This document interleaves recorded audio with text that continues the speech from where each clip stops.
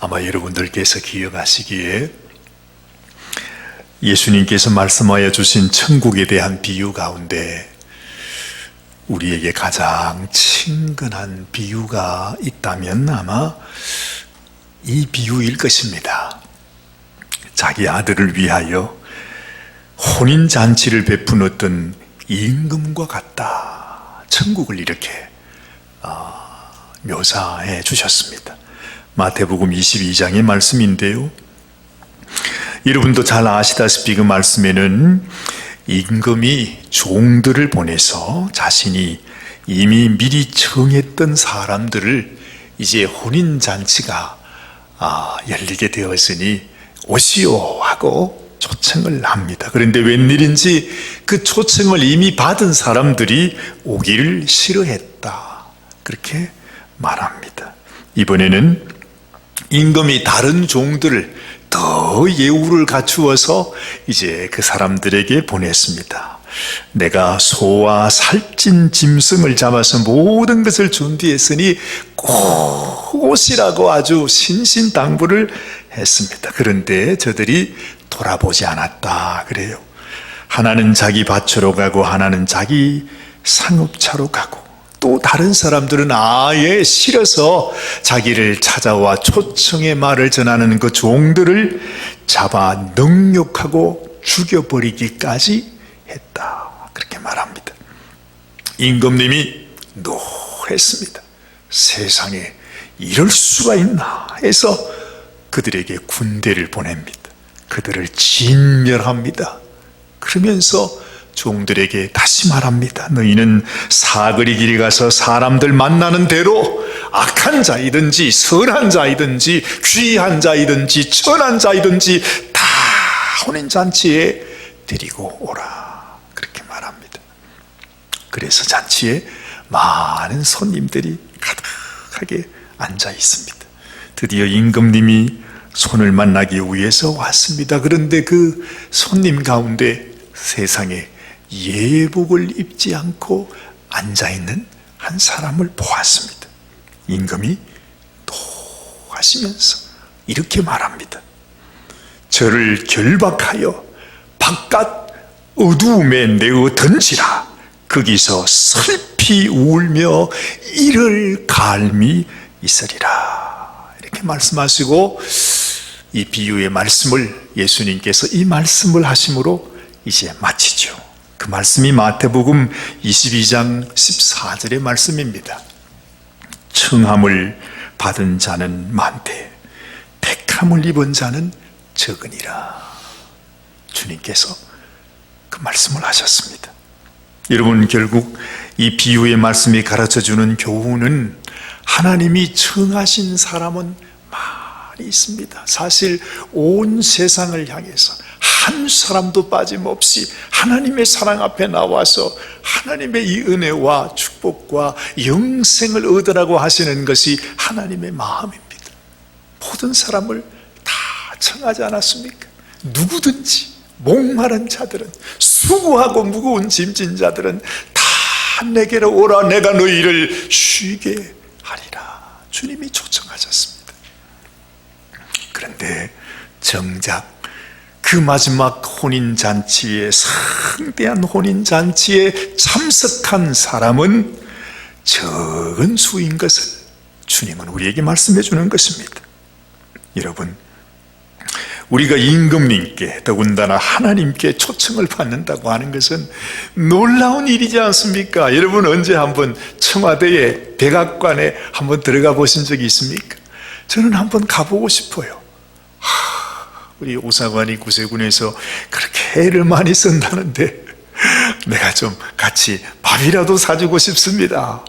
아유, 바이든 대통령이 초청장을 쫙 보내면 얼마나 기분이 좋겠어요, 그죠?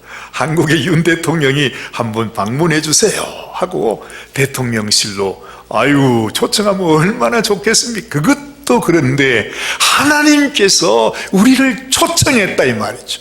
근데 그것이 얼마나 귀한 줄을 깨닫지 못하고 청함을 받았는데 기뻐하지 않고 오히려 자신을 오라고 하는 종들을 능욕하고 죽이기까지 했다 했으니, 여러분, 이게 말이 됩니까?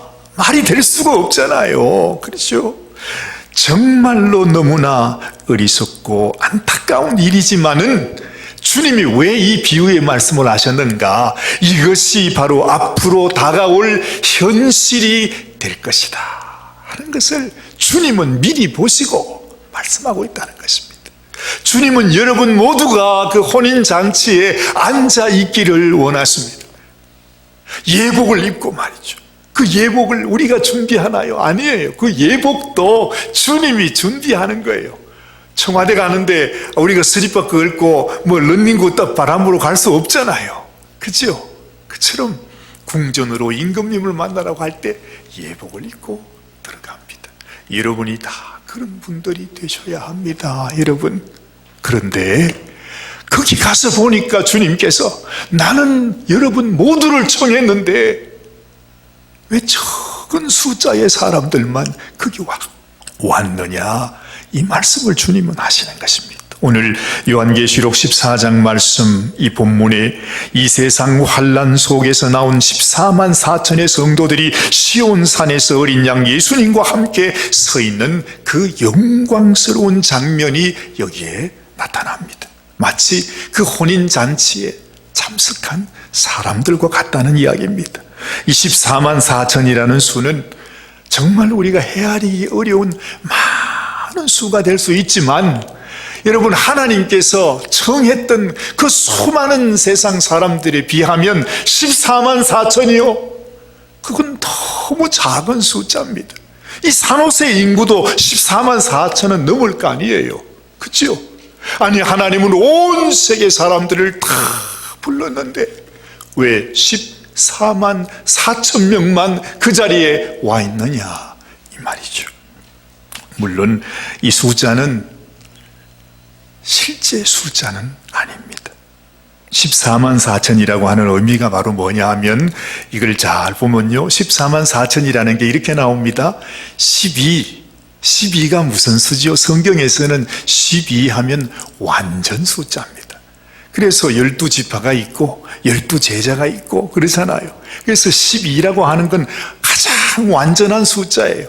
그 12 곱하기 또 12, 완전한 수에 완전한 수를 곱했어요. 그럼 144가 돼요. 거기서 또 곱하기 10이에요. 이 10이라고 하는 것도 성경에서는 아주 가장 완벽한 숫자를 의미해요. 또 10 곱하기 10, 그렇게 해서 14만 4천이 되는 것입니다. 그 숫자라고 하는 것은 하나님께서 가장 완벽한, 정말 그 마지막 날 하나님의 나라에 들어가는 가장 끝까지 믿음을 지켜서 하나님의 백성이 되는 그 수가 된다 이 말이죠. 그게 몇 명이 될지 우리는 알 수 없어요. 아무도 헤아릴 수 없는 허다한 수라, 그렇게 요한계시록은 표현합니다. 다만 우리가 짐작할 수 있는 것은, 예수님께서 구원받은 자를 말씀하실 때 항상 그렇게 말했어. 마지막 때는 노아의 때와 같다, 롯의 때와 같다. 그 말이 무슨 말이지요? 여러분, 하나님이 심판하실 때 구원받은 사람이 노아 한 가정, 소돔과 고모라에서 구원받은 사람은 롯 그 한 가정. 적다 이 말입니다. 많을 것 같은데 너무너무 적은 거예요. 그리고 예레미야 선지자는 또 이렇게 말해요. 예레미야 3장 14절 말씀에 보면 주님의 택한 신부는 성읍에서 하나, 족속 중에서 둘이라, 이렇게 표현해요. 그 말은 무슨 말이에요? 너무너무 적은 숫자, 하나님 앞에 나갈 수 있는 자가 적다는 것입니다. 오늘 주님도 청함을 받은 사람은 많을지라도 택함을 입은 사람은 적다 말씀했기 때문에, 여러분, 우리는 늘 그래요. 항상 사도 바울이 그렇게 말하지 않았어. 우리는 모두 다 경주하는, 달리게 하는 그런 사람의 심정으로, 여러분, 상을 얻기 위해서 달리게 하는 사람이 어떻게 달려갑니까? 최선을 다해서 1초라도 더 단축하기 위해서 그렇게 달려가지 않습니까? 그런 마음으로 달려가야 된다. 아니면 언제 우리가 이 세상에서 낙오되어서 하나님 앞에 나갈 수 없는 인생이 될 수도 있다는 것입니다. 경주하는 사람들은 승리를 위해서 그 어떤 것이라도 포기하죠. 심지어 달릴 때 저항을 줄이기, 요즘은 보니까 말이죠, 달리기 하는 사람들이 옷을 다 벗고 달리기를 하더라고요. 아이고, 또 여자 선수들은 옷 벗고 달리는 거 보면 좀 민망하기도 한데, 세상에 완전히 그냥 패티 바람에 그거 보고 아무도 무슨 욕하는 말 하는 사람 없어요. 왜냐하면 경주자이기 때문에 그래요. 여러분, 히브리서 오늘 여러분도 같이 함께 봉독했었습니다마는 히브리서 12장 1절 2절 우리 다시 한번 같이 봉독해 보십시다. 모든 무거운 것과 얽매이기 쉬운 죄를 벗어버리고 인내로서 우리 앞에 당한 경주를 경주하며 믿음의 주요 또 온전케 하시는 이인 예수를 바라보자, 이렇게 성경은 말씀해주고 있습니다. 여러분, 그렇다면 오늘 말씀에서 이 묘사하고 있는 그 주님 앞에 선 14만 4천 그 성도들의 모습은 어떤 모습인가, 우리가 같이 한번 살펴보십시다. 첫 번째, 먼저 보니까 그들의 이마에 어린 양 예수님의 이름과 하나님 아버지의 이름이 적혀 있다, 그렇게 말해요. 이 말은 그들 자신이 하나님의 백성이고 하나님의 군사고 또한 예수 그리스도의 신부라고 하는 확실한 자기의 색깔, 자기의 정체성을 가지고 있다는 것입니다. 아예 그냥 문패를 달았어. 나는 예수님 거요, 나는 예수님 신부요, 나는 하나님의 자녀라고. 아무도 시비 걸지 마. 나는 하나님의 자녀요, 예수님의 신부라고 아예 그냥 맞방에 딱 적어가지고 있는 사람들이 거기에 다 있었다, 이 말입니다. 구약 성경 신명기 22장에 보면 이것은 부정하다, 이렇게 하면 안 된다 하면서 이런 말을 해요. 두 종자를 섞어서 뿌리지 말라. 소와 나귀를 함께 멍에 지우지 말라. 양털과 배실로 섞어 짠 것을 입지도 말라. 이 말이 무슨 말이죠? 하나님은 이것저것 섞이는 게 싫다는 것입니다. 백군이면 백군이고 천군이면 천군이지, 이것도 아니고 저것도 아니고 무슨 색깔이 항상 변하는 깨구리처럼 여기 가면 이 색깔로 사, 여기 가면 저 색깔로 사. 하나님은 그런 짐승들을 부정하다 그래. 고린도후서 6장 말씀에 보면 사도 바울이 이렇게 말합니다. 의와 불법이, 빛과 어두움이, 하나님의 성전과 우상이 어찌 함께 할 수 있겠느냐, 그렇게 말하지 않습니까? 누가 봐도 나는 하나님의 백성이다 하는 것을 모든 것으로 다 보일 수 있어야 합니다. 그렇죠?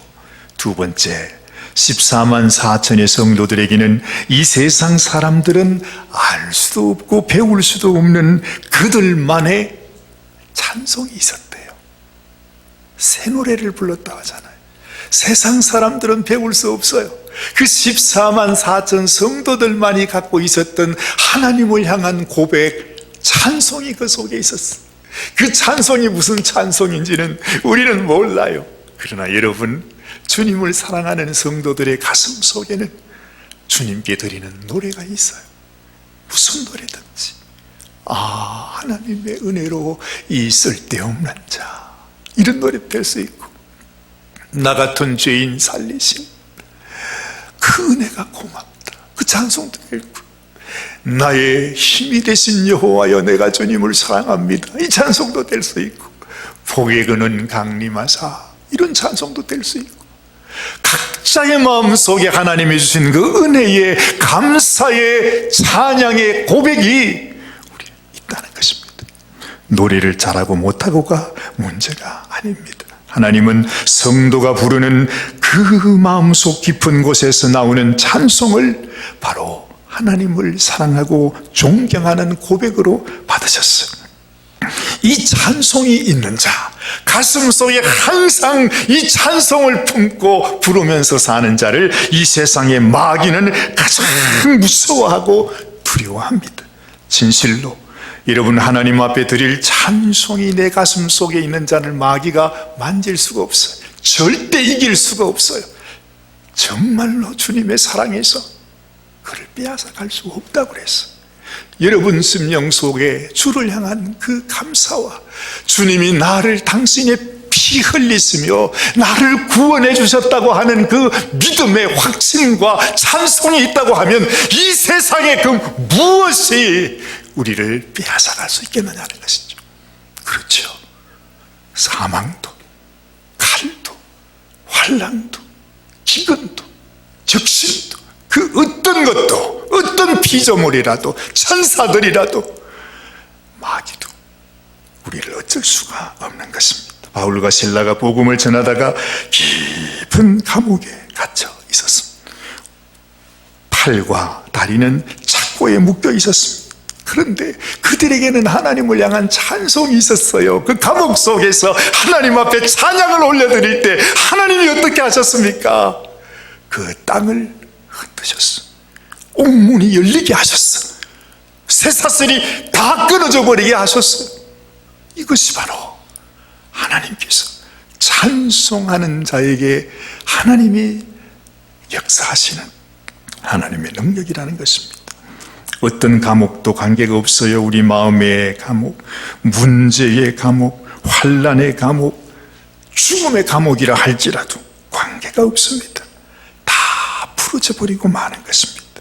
우리가 하나님을 기억하고 바라보면서 믿음으로 찬송할 때 누가 나를 막겠습니까? 누가 나를 멸할 수 있겠습니까? 그들이 나를 죽인다 해도 결코 우리는 그들 앞에 결박되지 않을 것입니다. 사랑하는 여러분, 하나님은 우리의 찬양을 기뻐하십니다. 정말 믿음의 찬양을 주께 올려드릴 때 찬양 중에 임하신다 하셨습니다. 어떤 환경 속에서도 상황에 관계가 없어요. 어떤 상황, 어떤 형편 속에서도 주님 앞에 찬양으로 영광 돌릴 수 있는 사람, 바로 그를 통해서 하나님의 축복이 임하고 하나님의 기적이 나타나게 되는 것입니다. 그렇다면 반대로 하나님의 마음을 가장 슬프게 하고 하나님의 마음을 진노하게 하는 것이 무엇이겠습니까? 그것은 우리 속에 원망을 품는 것입니다. 그 원망을 말로 고백하는 것입니다. 그래서 사도 바울은 고린도전서 10장 10절 말씀, 그들 가운데 어떤 사람들이 원망하다가 멸망시키는 자에게 멸망하였나니 너희는 그들과 같이 원망하지 마라. 그래. 이스라엘 백성들이 멸망했던 이유가 바로 그들의 원망이었다 하는 것입니다. 민수기 14장 26절에서 29절까지 말씀 한번 보십시오. 여호와께서 모세와 아론에게 말씀하여 이르시되 나를 원망하는 이 악한 회중에게 내가 어느 때까지 참으랴. 이스라엘 자손이 나를 향하여 원망하는 바 그 원망하는 말을 내가 들었노라. 그들에게 이르기를 여호와의 말씀에 내 삶을 두고 맹세하노라. 너희 말이 내 귀에 들린 대로 내가 너희에게 행하리니 너희 시체가 이 광야에 엎드러질 것이라. 정말 그들은 모두 다 수백만 명이 다 광야에서 죽게 되었습니다. 오직 두 사람, 주님을 향하여 원망하지 아니하고 믿음으로 감사하고 찬양하면서 주의 말씀을 순종하기를 원했던 여호수아와 갈렙이 가나안 땅으로 들어갔다 하는 것을 생각해 보면 여러분, 우리의 마음속에 찬송과 우리의 입술을 통하여 하나님께 올려드리는 이 고백이 얼마나 소중한지, 내가 하나님의 생명을 얻느냐 아니면 광야에서 엎드려 죽어지느냐 하는 것이 바로 여기에 달려있다는 것입니다. 마지막 우리가 기억해야 하는 것은 결국 이러한 우리 정체성, 우리의 찬송이 우리 주님을 향한 우리의 정절이 된다는 것입니다. 정절을 지킨다는 게 뭐예요? 신부로 신랑 앞에 자신의 정절을 지킨다는 게 나의 정체성을 지키고 어떤 환경 속에도 내가 입술로 범죄하지 않는 것이 정죄를 지키는 것입니다. 오늘 4절 말씀을 보면 이 사람들은 여자로 더불어 더럽히지 아니하고 정절이 있는 자라, 어린 양이 어디로 인도하든지 따라가는 자며 사람 가운데서 구속을 받아 처음 익은 열매로 하나님과 어린 양에게 속한 자들이니 그 입에 거짓말이 없고 흠이 없는 자들이라. 흠이 없다고 하세요. 흠이 없어요. 여러분, 우리가 주님을 사랑하는 마음으로 살 때 우리의 모든 허물은 다 없어지는 거예요. 주님 사랑하기만 하면 주님의 보혈이 나의 모든 허물, 나의 모든 죄, 나의 모든 실수, 나의 모든 악한 것을 주님의 보혈이 다 덮어주시고 씻어주시고 사해주시고 기억도 하지 아니하시고 우리의 심령에 너는 내 것이라, 이렇게 하나님께서 약속하여 주시는 것입니다. 우리 성도들을 더럽히고자 하는 이 세상, 그것이 바로 여자입니다. 여러분, 이 세상과 함께 섞이면 안 돼요. 이 세상 속에 그냥 마음 주고 정 주고 손 주고 다 줘서는 안 된다는 것입니다. 이 세상은 결국 우리들에게 세상의 독을 주어서 우리가 하나님의 백성이 되지 못하고 자기 백성이 되도록 하는 것이 세상의 목적이니까. 그래서 그들이 도적이요 절독, 그들이 우리를 꿰는 자요 속이는 자요 우리를 죽이는 자요 멸망으로 인도하는 자가 바로 여자, 이 세상의 마귀요 짐승이라 하는 것입니다. 주님만 따라가며 하나님께 드려지는 열매, 이것이 바로 우리의 고백과 찬양이라는 사실을 기억하시길 바랍니다. 이사야 57장 19절 말씀 우리 같이 한번 볼까요? 입술에 열매를 짓는 나 여호와가 말하노라. 먼 데 있는 자에게든지 가까운 데 있는 자에게든지 평강이 있을지어다. 평강이 있을지어다. 내가 그를 고치리라. 내가 그를 고치리라. 내가 저와 함께 하리라. 내가 저를 보호하리라. 내가 저를 이끌어 주리라. 내가 저를 나의 보좌에 함께 하리라. 내가 영원토록 저의 신랑이 되리라. 주님은 약속하시는 것입니다. 사랑하는 여러분, 여러분의 삶 속에 많은 어려움이 있으실 겁니다. 앞으로 점점 더 환난은 우리에게 더 깊어집니다. 이 세상의 재난은 점점 더 심해져 갈 것입니다. 상상도 하지 못했던 일이 올해에 우리의 눈앞에 다가오게 될는지도 모릅니다. 기억하십시오. 아무리 환난과 시련이 다가와도 우리가 주님의 그 은혜를 생각하며 하나님 앞에 나의 입술로 찬양하고 감사의 고백을 올려드리고, 주여 당신이 나의 영원한 신랑이요 당신이 나의 영원한 나의 아버지이십니다. 이 고백을 가진 자, 그 성도들을 하나님께서 시온산에 불러서 하나님의 놀라운 영광을 우리와 함께 하실 것입니다. 기도하겠습니다. 하나님, 정말 하나님이 우리에게 주신 사랑보다 그 사랑에 감격하여 하나님께 올려드리는 우리의 찬송보다, 그 고백보다 능력 있는 것은 없습니다.